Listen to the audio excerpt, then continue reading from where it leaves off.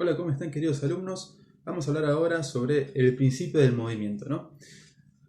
¿Qué hace que nosotros sepamos que una cosa tiene vida? ¿No? O qué nos ayuda a nosotros a considerar que nosotros estamos vivos, o que la planta está viva, o que el animal está vivo? ¿Qué nos ayuda a considerar todo eso? Básicamente hay una sola cosa, y es el movimiento, ¿no? El movimiento. ¿Por qué les digo esto? Porque todas las cosas están en constante movimiento. Miren ustedes, por ejemplo, la distinción que realiza Aristóteles en la física acerca de las plantas, de los animales y de los hombres, diciendo que cada uno de ellos tiene un alma distinta, pero las tres almas, fíjense ustedes, tienen un movimiento. Las plantas crecen, los animales tienen sensibilidad y por la sensibilidad también se mueven porque tienen instinto. Y nosotros, las personas, nos movemos por nosotros mismos, en el sentido de que no tenemos que seguir una regla determinante de la naturaleza para realizar nuestras acciones. Por ejemplo, el animal tiene hambre, come; el hombre tiene hambre, puede esperar o cocina, ¿no? Hay una diferencia esencial entre lo que es un instinto en el animal y un impulso en el hombre. Ahora, nosotros, cuando hablamos de alma, estamos también hablando allí de un principio de movimiento, porque justamente es el alma aquel principio de movimiento que nos da a nosotros la conciencia, la certeza de que algo tiene vida, ¿no? Ahora, como les dije antes, la vida no es igual. La vida del animal, de la planta y del hombre no son iguales, porque porque los tres tienen diferentes almas, diferentes tipos de almas por la consideración que hace Aristóteles de ellos. Y eso lo hace a partir de sus facultades, ¿no? Pero dejando eso de lado, en otro momento regresaremos. Piensen ustedes lo que vamos a observar aquí como, como el movimiento a partir de la privación. ¿Qué es la privación? La privación, como se puede leer en el cuadernillo, se quiere considerar la materia especialmente desde el punto de vista de algo que en cambio pierde la forma que tenía para recibir otra en lugar de la anterior. Puede considerarse esta privación de la forma como un tercer principio del devenir. Es en realidad idéntico a la materia en cuanto tal, si bien conceptualmente se diferencia de ella. Pueden pues distinguirse, teniendo la cosa dos principios, materia y forma. ¿Qué quiere decir? En sencillas palabras, la privación en la materia es el principio para poder recibir una forma subsecuente, ¿no? Por ejemplo, tenemos el arbolito, ¿no?, que tiene su madera, y ahora yo quiero hacer una silla a partir del arbolito. Entonces lo que hago es cortar el árbol, tomar la madera y realizar con ella una silla. ¿Qué pasa aquí? ¿El deja de ser un árbol o es un árbol silla? No, deja de ser un árbol, es decir, que pierde en un punto la forma, en cuanto que la forma es el principio de diferenciación, no en el sentido material, sino en el sentido de que me dice qué es esta cosa. Entonces aquí deja de ser el árbol para pasar a ser, en este caso, la silla, ¿no? Y aquí la materia no está cambiando porque la madera sigue siendo la misma, sino que cambia la forma por un principio que está dentro de la materia, y es la privación. En el ejemplo que yo acabo de dar, la privación es asignada por la mente humana, porque sin lugar a dudas que el arbolito no está en privación de ser una silla, no es que le falta hacer una silla para algo, o está en cambio para hacer una silla, sino que yo le adjudico, le plasmo esa privación y así transformo esta realidad que es el árbol, ¿no? Pero hay privaciones que se dan en el ámbito natural. Piensen ustedes en el crecimiento constante de las cosas o en el de ustedes mismos. Sin lugar a dudas, ustedes están privados en este momento, no sé, de tener 50 años, 60 años, 70 años. Es decir, que hay una privación natural en ustedes que no es que nunca se va a dar, sino que se va a dar siguiendo el curso natural de las cosas. Porque su cuerpo va envejeciendo hasta llegar a esa edad, por decirlo de alguna manera. Ustedes también existen otras privaciones. Por ejemplo, las privaciones en el sentido intelectual, ¿no? Porque uno está privado de conocimientos que aún no posee, pero que puede llegar a poseer, ¿no? Por ejemplo, yo no estudié medicina, ¿no? Estoy privado de ese conocimiento. ¿Y podría obtenerlo, podría ganarlo en un lugar? Sí, podría comenzar a estudiar la carrera y así conseguir que esa privación vaya desapareciendo para llegar a ser una perfección, es decir, la obtención de una forma nueva, más forma, más perfección en el hombre. ¿no? Por este motivo hablamos de una privación en este sentido, en el sentido de que yo puedo conseguir nuevas formas y puedo así perfeccionar aquello que es natural en mí, ¿no?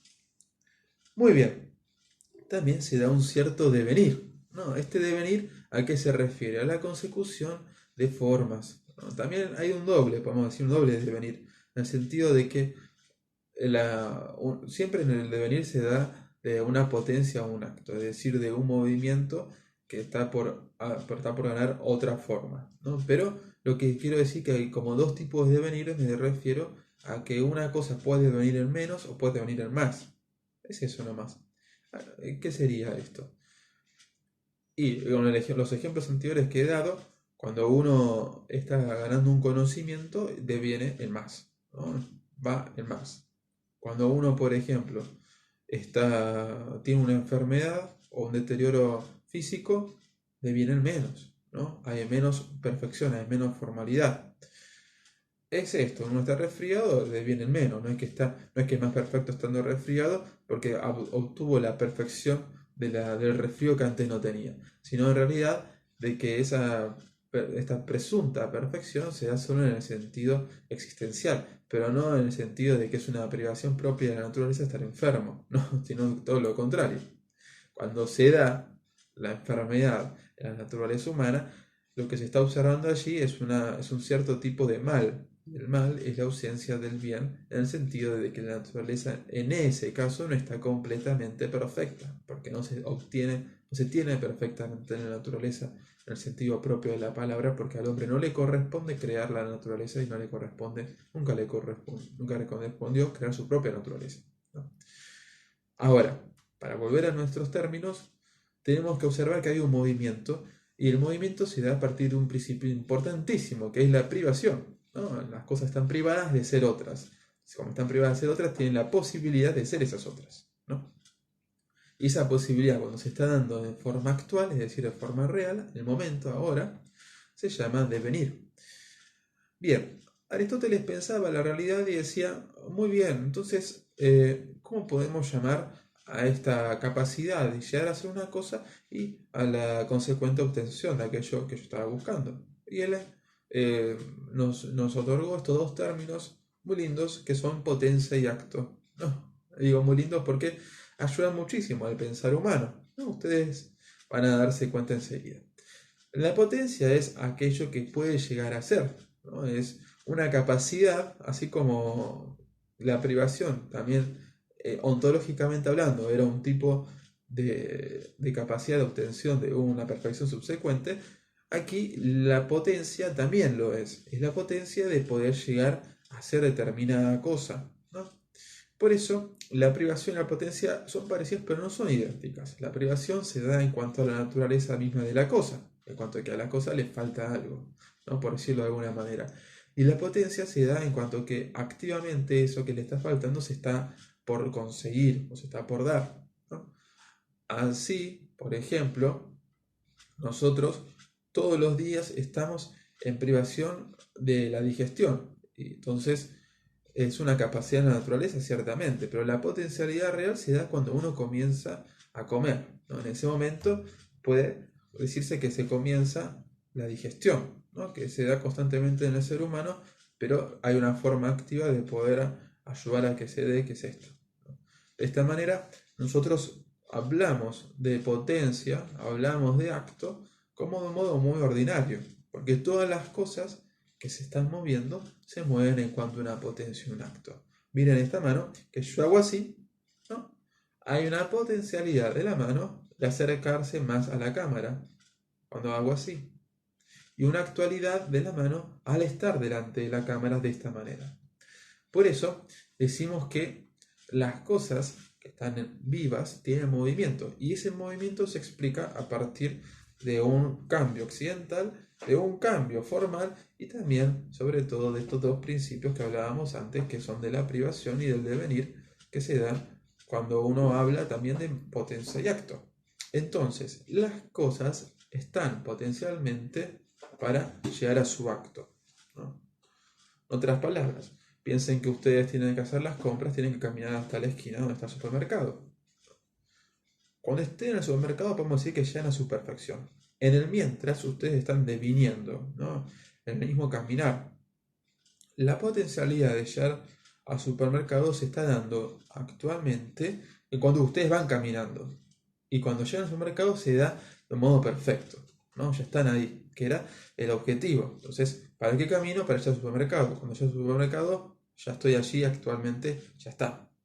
Ahora, como ustedes se habrán dado cuenta, mientras que yo voy caminando al supermercado, no es que dejo de existir, ¿no? Sino que seguimos existiendo todos.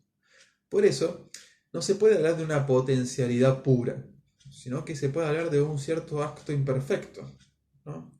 ¿Por qué? Porque yo sigo existiendo mientras que voy caminando hacia el supermercado. De hecho, a cada paso que doy, puedo decir que estoy en acto de haber dado ese paso, en acto de dar el segundo, en acto de dar el tercero, a medida que los voy realizando, ¿no? En una cierta potencia que cuando doy el tercer paso, que estoy en acto de dar el tercer paso, estoy en potencia de dar el cuarto. Y al lograr el cuarto, estoy en acto del cuarto, pero en potencia del quinto. Necesito llegar al lugar. A lo que voy, alumnos, es que el acto, en este caso más amplio, podemos decir, es también llamado ser. Ustedes pueden decir, pero profesor, ¿cómo? La forma era ser, ahora el acto también es ser, todo es ser. Lo que pasa es que materia, potencia, en este caso son similares, como también es similar la forma del acto, ¿no? Porque tanto la forma como el acto son perfecciones que el ser humano está buscando y que el ser humano tiene en este momento porque existe. En cuanto que existe, tiene una perfección, al menos la del ser. Sin embargo, esa perfección se da una cierta privación en el sentido de que yo no tengo enteramente la perfección del ser. ¿Pero por qué? No es que existimos todos nosotros, ¿sí? Pero existimos de una manera que no nos corresponde a nosotros darnos el ser. Nadie aquí se ha dado su propio ser, nadie aquí se ha hecho existir a sí mismo. Entonces, esa forma de existencia que es nuestra es llamada también contingente. Nosotros no la tenemos plenamente, sino que solamente hacemos uso de ella al haber sido donada a nosotros. Nosotros no la poseemos, no la poseemos absolutamente, sino que la poseemos en un término relativo, en cuanto que la vivimos y la experimentamos, que es esta existencia nuestra. Por eso, el hombre constantemente está en potencia porque nunca obtiene absolutamente esa naturaleza, nunca obtiene absolutamente toda su existencia, porque el hombre, primero, que no es su propio creador, y segundo, que el hombre está en constante movimiento. Y constante movimiento a nosotros nos da margen para decir que si está en movimiento es porque todavía no ha llegado a su fin. Ustedes me pueden objetar, pero profesor, ¿cómo que estamos en constante movimiento? Si yo me pongo a pensar algo, ¿estoy en movimiento? Por ejemplo, ahora estoy pensando acerca de esta materia. Sí, estás en movimiento, ¿no?